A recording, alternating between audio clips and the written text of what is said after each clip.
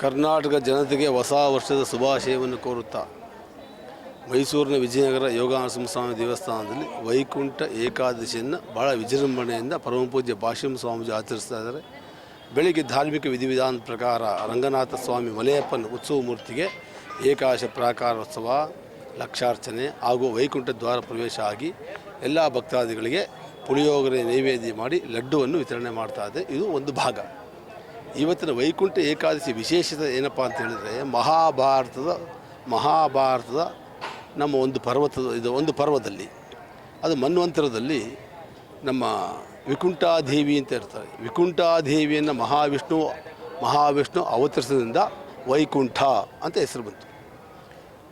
ಈ ವೈಕುಂಠ ಅನ್ನೋ ವಿದ್ಯೆ ಏನಪ್ಪ, ಅವನು ನಮ್ಮ ಶ್ರೀಮನ್ನಾರಾಯಣ ವಾಸ ಮಾಡತಕ್ಕಂಥ ಸ್ಥಳ ಅದು. ಆ್ಯಕ್ಚುಲಿ ವೈಕುಂಠ ಏಕಾದಶಿಯಲ್ಲಿ ಒಬ್ಬ ತುಂಬ ಸಾತ್ವಿಕ, ಅವನು ಉಪವಾಸವನ್ನು ಮಾಡಬೇಕು. ಉಪವಾಸ ಅಂದರೆ ಅರ್ಥ ಏನು? ಉಪ ಅಂದರೆ ಸಮೀಪ, ಹತ್ರ, ಅಂದರೆ ಶ್ರೀಮನ್ನಾರಾಯಣ ಪಾದದಲ್ಲಿ ವಾಸ ಮಾಡ್ತಕ್ಕಂಥದ್ದೇ ಉಪವಾಸ.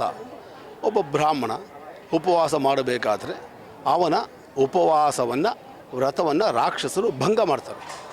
ಆವಾಗ ಅವನಿಗೆ ಶ್ರೀಮನ್ನಾರಾಯಣ ಹೇಳ್ತಾನೆ, ನಾನು ಉಪವಾಸ ಮಾಡೋಕ್ಕಾಗಲಿವಲ್ಲ, ಅಂದರೆ ನಿನ್ನ ಪಾದದ ಸೇವೆಯನ್ನು, ಪಾದದ ಹತ್ರ ಸಮೀಪವನ್ನು ಆಗಲಿವಲ್ಲ ಅಂತ ಹೇಳಿದಾಗ ನಮ್ಮ ಮಹಾವಿಷ್ಣುವು ಅವನನ್ನು ಪಾದಕ್ಕೆ ಕರ್ಕೊಂಡು ಹೋಗ್ತಾನೆ. ಅದನ್ನೇ ವೈಕುಂಠ ಏಕಾದಶಿ ಅಂತ ಹೆಸರು. ವೈಕುಂಠ ಏಕಾದಶಿ ಅಂದರೆ ಅವನಿಗೆ ವಿಷ್ಣು ಏನು ತೊಂದರೆ ಇಲ್ಲ, ಬರ್ಬೋದು ಅನ್ನೋ ಉದ್ದೇಶದಿಂದ ಅಷ್ಟೇ ಒಂದು ಭಾಗ. ಇದೇ ರೀತಿ ಭೀಷ್ಮ ಮಹಾಭಾರತದಲ್ಲಿ ಸ್ವಇಚ್ಛಾಮರಣಿ. ಆ್ಯಕ್ಚುಲಿ ಅವನು ಹೇಳ್ತಾನೆ, ನಾನು ಡೈರೆಕ್ಟಾಗಿ ಇಲ್ಲ, ನಾನು ಯಾವತ್ತು ಸ್ವರ್ಗದ ಬಾಗಿಲು ಮಹಾವಿಷ್ಣು ನಾನು ಡೈರೆಕ್ಟಾಗಿ ನೋಡಬೇಕು ಅಂತ ಹೆಸರೇ ನಾನು ಮರಣ ಹೊಂದೋದು ಅಂತ ಹೇಳ್ತಾನೆ. ಆದ್ದರಿಂದ ಅವನು ಶರದಲ್ಲಿ ಮಲಗಿರ್ತಾನೆ, ಬಾಣದಲ್ಲಿ ಮಲಗಿರ್ತಾನೆ.